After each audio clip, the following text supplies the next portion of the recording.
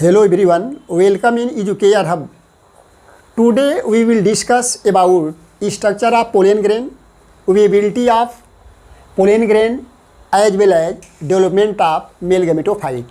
आज हम परागकण की संरचना, परागकण की जीवन क्षमता एवं नर युग्मकोभिद के बारे में चर्चा करेंगे कि ये क्या होता है। तो पहले हम देखेंगे कि परागकण की संरचना, स्ट्रक्चर ऑफ पोलन ग्रेन। जब परागकोश का डेसेंट होता है, उसमें से परागकण क्या होते हैं, मुक्त होते हैं, रिलीज होते हैं। और ये परागकण की जो संरचना होती है, अर्थात परागकण ओवल, राउंडेड, इनकी संरचना भिन्न प्रकार की होती है। तो ये पोलन ग्रेन है और पोलन ग्रेन के चारों तरफ दो लेयर होती है। पोलन ग्रेन के चारों तरफ दो लेयर होती है। सबसे बाहर जो लेयर होती है वह इग्जाइन और अंदर की जो लेयर होती है उसे इंटाइन कहते हैं। तो pollen grain are surrounded by two layer. Outer layer of pollen grain is known as exine and inner layer is known as intine, अर्थात बाह्यचोल तथा अंतःचोल। सब पोलन ग्रेन के सबसे जो बाहर होता है वह इग्जाइन होता है। और ये देखा जाता है कि इसमें जर्म पोर भी होते हैं। जर्म पोर, जो मोनोकाट पोलन ग्रेन होते हैं उसमें जर्म पोर एक होता है, और जो डाइकाट पोलन ग्रेन होते हैं उसमें मोर देन 3 पोलन, अर्थात मोर देन 3 जर्म पोर होते हैं। तो सबसे बाहर इग्जाइन, और यह हार्ड होता है, और यह कैरोटिनॉइड तथा आक्सीकारी बहुलक का बना होता है। इसे हम स्पोरोपोलेनिन के नाम से जानते हैं। अर्थात वह जो लेयर है इग्जाइन है, इसके ऊपर एक लेयर होती है। इस लेयर को स्पोरोपोलेनिन कहते हैं। It is made up of carotenoid. यह कैरोटिनॉइड की बनी होती है और इस पर हाई टेम्परेचर, इस स्पोरोपोलेनिन के ऊपर उच्च ताप, दाब और इस पर एसिड बेस का कोई फर्क नहीं पड़ता है। अर्थात कह सकते हैं कि इसके ऊपर स्ट्रांग एसिड, एल्कली और किसी भी एंजाइम या हार्मोन्स का प्रभाव नहीं पड़ता है। ये हार्ड होता है और इसी कारण, अर्थात इसी के द्वारा ये क्या है, जीवाश्म के रूप में पाए जाते हैं। क्योंकि सदियों से यदि इसका जीवाश्म मिला तो जीवाश्म में यह क्या होता है, कई काल तक क्या होता है, डिसइंटीग्रेट नहीं होता है। अर्थात हम कह सकते हैं कि जो इग्जाइन होता है, इग्जाइन के ऊपर एक लेयर होती है जिसे स्पोरोपोलेनिन कहते हैं, जो कैरोटिनॉइड तथा आक्सीकारक बहुलक का बना होता है। ये हार्ड होता है। इसके ऊपर उच्च ताप, स्ट्रांग एसिड, एल्कली और एंजाइम का कोई प्रभाव नहीं पड़ता है। इसके नीचे एक और लेयर होती है। इस लेयर को इंटाइन कहते हैं। यह वेरी थिन लेयर होती है जो पेक्टोसेलुलोज की बनी होती है। पेक्टोसेलुलोज की बनी होती है। और इसके नीचे साइटोप्लाज्म होता है, डेंज साइटोप्लाज्म होता है। ये साइटोप्लाज्म है, दिस इन्होंने दी cytoplasm. Cytoplasm are surrounded by plasma membrane या सेल मेम्ब्रेन से घिरी होती है। इसमें वैक्यूल भी पाए जाते हैं, रिक्तिकाएँ भी पाई जाती हैं, और ये न्यूक्लियस होता है, this is known as the nucleus. तो और जो इसका डायमीटर होता है, वह डायमीटर जो होता है 25 to 30, अर्थात जो पोलन ग्रेन होता है, पोलन ग्रेन का जो डायमीटर होता है 20 to 30 या 25 to 30 माइक्रोमीटर। लेकिन एनसीईआरटी के अनुसार जो इसका डायमीटर होता है वह 20 to 30 माइक्रोमीटर डायमीटर होता है, अर्थात पोलेन ग्रेन का जो डायमीटर होता है 32 अर्थात 20 to 30 माइक्रोमीटर होता है। इस प्रकार में हमने देखा कि जो पोलेन ग्रेन है, जो पराग कण है, पराग के कण के ऊपर 2 लेयर होती है। एक लेयर जो बाहरी होती है, आउटर लेयर को एग्जाइन कहते हैं, जो स्पोरोपोलिन की बनी होती है। इसके ऊपर उच्च टेम्परेचर माने high temperature, strong acid base enzyme का कोई इफेक्ट नहीं पड़ता है। और उसके नीचे थिन लेयर होती है जिसे इंटाइन या अंतःचोल जो पेक्टोसेलोस की बनी होती है, जो इसका डायमीटर होता है वह 20 to 30 मिलीमाइक्रोन होता है, या इसको हम माइक्रोमीटर के नाम से जानते हैं। और इसमें एक न्यूक्लियस होता है और इसमें साइटोप्लाज्म क्या होते हैं, पाए जाते हैं, तथा इसमें अनेक वैक्यूल पाए जाते हैं। इस प्रकार हमने देखा कि स्ट्रक्चर ऑफ पोलेन ग्रेन अनेक आकार के होते हैं, पॉलीगोनल भी होते हैं, इसके अतिरिक्त ओवल भी होते हैं, राउंडेड भी होते हैं। इसके बाद हम देखेंगे viability of pollen grain. Viability of pollen grain, pollen grain की जीवन क्षमता। वेबिलिटी ऑफ पोलेन ग्रेन की जीवन क्षमता के बारे में पढ़ेंगे। Viability of pollen grain, pollen grain की जीवन क्षमता माने पराग कण की जीवन क्षमता क्या है। ये देखा जाता है कि जितने समय तक पराग कण एक्टिव होता है वही उसकी जीवन क्षमता है। अर्थात कोई भी पराग कण हो, चाहे वह मोनोकाट का पराग कण हो या डाइकाट का, जितने समय तक वह एक्टिव हो वही उसकी जीवन क्षमता कहलाता है। और जितने फ्लावर के पोलेन ग्रेन होते हैं सबका जीवन क्षमता क्या है, अलग अलग होता है। जैसे उदाहरण के तौर पर देखा जाएगा कि गेहूं, व्हीट, जो व्हीट का जो जीवन चक्र होता है, अर्थात इसका जो लाइफ साइकिल होती है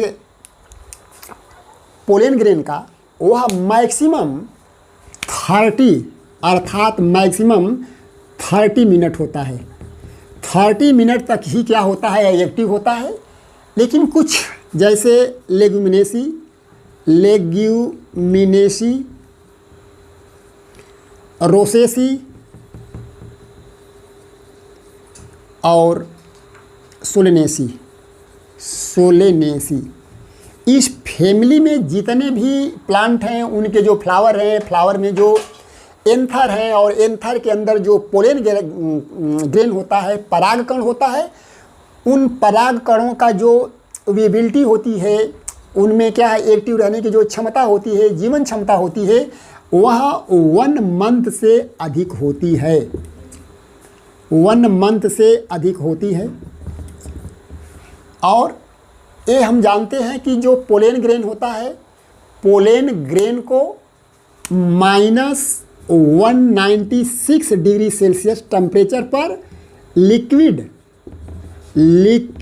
नाइट्रोजन में रखा जाता है। माने पोलेन ग्रेन को -196 degree Celsius preserve in liquid nitrogen, this is known as cryopreservation, जिसे हम जिसे क्रायो प्रिजर्वेशन के नाम से जानते हैं, क्रायो संरक्षण कहते हैं। और यह जीन बैंक कहलाता है। अर्थात जीन बैंक जिस प्रकार होता है उसी तरह पोलेन बैंक होता है। पोलेन बैंक अर्थात पोलेन बैंक के नाम से जानते हैं। तो हमने देखा कि जो व्हीट का परागकण है उसकी वेबिलिटी जो होती है, वाइबिलिटी जिसे कहते हैं, 30 मिनट तक ही वह क्या है, एक्टिव होता है। लेकिन leguminosae, rosaceae as well as solanaceae के जो पोलेन ग्रेन होते हैं वह मैक्सिमम जो होते हैं 1 मंथ से ज़्यादा दिन तक एक्टिव होते हैं। और पोलेन ग्रेन को हम -196 डिग्री सेल्सियस टेम्परेचर पर लिक्विड नाइट्रोजन में रखते हैं, जिसे क्रायो प्रिजर्वेशन कहते हैं। और इसे हम पोलेन बैंक के नाम से जानते हैं। इस प्रकार हमने देखा viability of pollen grain, viability of pollen grain, परागकण की जीवन क्षमता। इसके बाद हम देखेंगे development of male gametophyte. Male gametophyte का विकास कैसे होता है इसके बारे में देखेंगे। अब ये देखा जाएगा कि डेवलपमेंट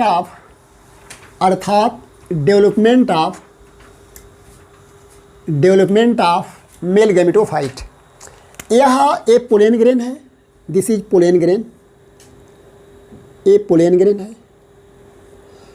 और पोलन ग्रेन के ऊपर जो लेयर होती है उसे एक टाइन, इसके अंदर न्यूक्लियस एक होता है और इसके अंदर वैक्यूल पाए जाते हैं। साइटोप्लाज्म सफिशिएंट मात्रा में पाई जाती है।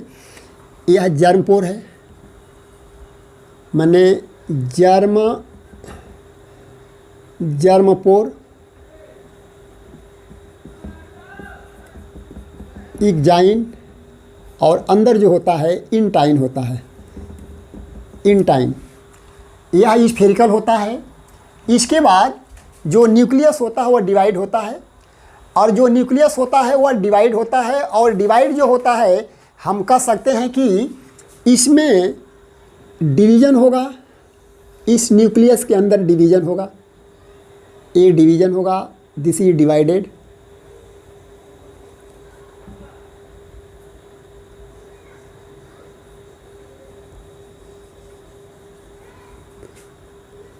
ये न्यूक्लियस है और डिवीज़न के द्वारा यह विभाजित होगा और इसमें अनेक रिक्तिकाएँ पाई जाती हैं। ये पोलन ग्रेन है, structure of pollen grain. Pollen grain है और इसमें सेल डिवीज़न होगा और सेल डिवीज़न के बाद जो न्यूक्लियाई होते हैं वह डिवाइड होते हैं।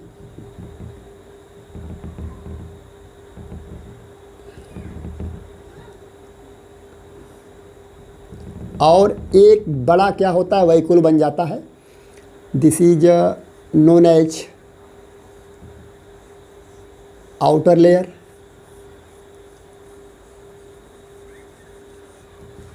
इसके बाद यह दो न्यूक्लियस में टूट जाते हैं, अर्थात दो न्यूक्लियस में ये डिवाइड हो जाते हैं। दो न्यूक्लियस में डिवाइड हो जाते हैं।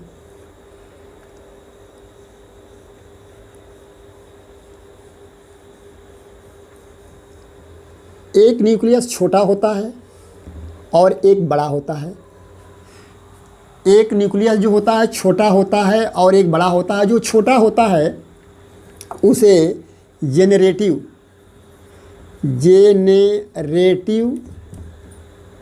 न्यूक्लियस के नाम से जानते हैं, और जो बड़ा न्यूक्लियस होता है उसे वेजिटेटिव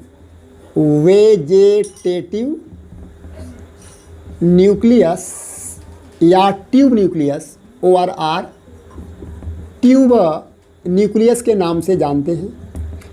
तो न्यूक्लियस, ट्यूब न्यूक्लियस। तो हमने यह देखा कि एक पोलन ग्रेन है। पोलन ग्रेन में सेल डिवीज़न होता है और सेल डिवीज़न के बाद ये डिवाइड हो जाते हैं दो न्यूक्लियस में। One nucleus is larger in size, that is known as vegetative nucleus, and other is small in size, known as the generative nucleus। जो जेनरेटिव न्यूक्लियस होता है, इस जेनरेटिव न्यूक्लियस के चारों ओर, अर्थात जो जेनरेटिव न्यूक्लियस होता है, यह जेनरेटिव न्यूक्लियस के चारों तरफ साइटोप्लाज्म एकत्रित हो जाता है।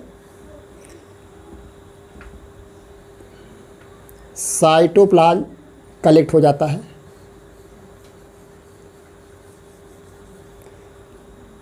साइटोप्लाज्म और वेजिटेटिव न्यूक्लियस, कह सकते हैं कि वेजिटेटिव न्यूक्लियस, अब यही जब इसमें सेप्टम बन जाता है तो इसे वेजिटेटिव सेल कहते हैं। Vegetative cell. और दूसरा जो न्यूक्लियस होता है इसे हम वेजिटेटिव न्यूक्लियस, और एक होता है जेनरेटिव न्यूक्लियस, अर्थात जेनेरेटिव सेल, और दूसरा होता है जो बड़े वाला होता है, इसे हम वेजेटेटिव न्यूक्लियस के नाम से जानते हैं। तो सेल डिवीजन के द्वारा यह न्यूक्लियस डिवाइड हुआ दो में। एक जो बड़ा न्यूक्लियस होता है वह वेजिटेटिव न्यूक्लियस, जो छोटा होता है जेनरेटिव न्यूक्लियस। जेनरेटिव न्यूक्लियस के चारों तरफ क्या होता है, साइटोप्लाज्म कलेक्ट हो जाता है और इसके ऊपर एक सेप्टम हो जाता है। तो जेनरेटिव न्यूक्लियस या जेनरेटिव सेल्स अटैच टू वाल से क्या होता है, अटैच होता है। इसके बाद इसकी कुछ संरचना में परिवर्तन होता है और संरचना इसकी कुछ बदलती है। This is known as the generative nucleus and vegetative nucleus. Vegetative nucleus, this is outer layer, ये आउटर लेयर है और ये जर्मपोर है। जो जेनरेटिव सेल होती है, यह इसका जो न्यूक्लियस होता है वह डिवाइड होता है और डिवाइड के बाद ये डिवाइड होगा, दिस इज डिवाइडेड। और धीरे धीरे जो जर्म सेल होती है वह जर्मिनेट करना शुरू हो जाती है। 60% एंजियोस्पर्म में 60% जो होता है टू सेल स्टेज में क्या होता है, वह शेड हो जाते हैं। लेकिन कुछ ऐसे पोलन ग्रेन हैं जब 3 सेल स्टेज हो जाते हैं तब पोलन ग्रेन से शेड होते हैं। अब ये जेनरेटिव सेल्स जो होती है वो डिवाइड हुई है 2 न्यूक्लियस में, अर्थात 2 मेल न्यूक्लियस बनेंगे। ये 2 मेल न्यूक्लियस होते हैं और ये वेजिटेटिव न्यूक्लियस होता है। इसके बाद ये जर्मिनेट होता है और जो जर्म पोर होती है वह जर्मिनेट करती है, दिस इज जर्मिनेट। ये जर्मिनेट करती हैं, जर्मिनेशन शुरू होता है और जो ट्यूब न्यूक्लियस होता है वह धीरे धीरे आगे आ जाता है और जो पीछे होता है इसे हम मेल गैमिट कहते हैं। This is known as the male gamete. Male gamete इस अवस्था में ये मुक्त होते हैं और मुक्त होने के बाद ये स्टिग्मा पर पहुँचते हैं। धन्यवाद।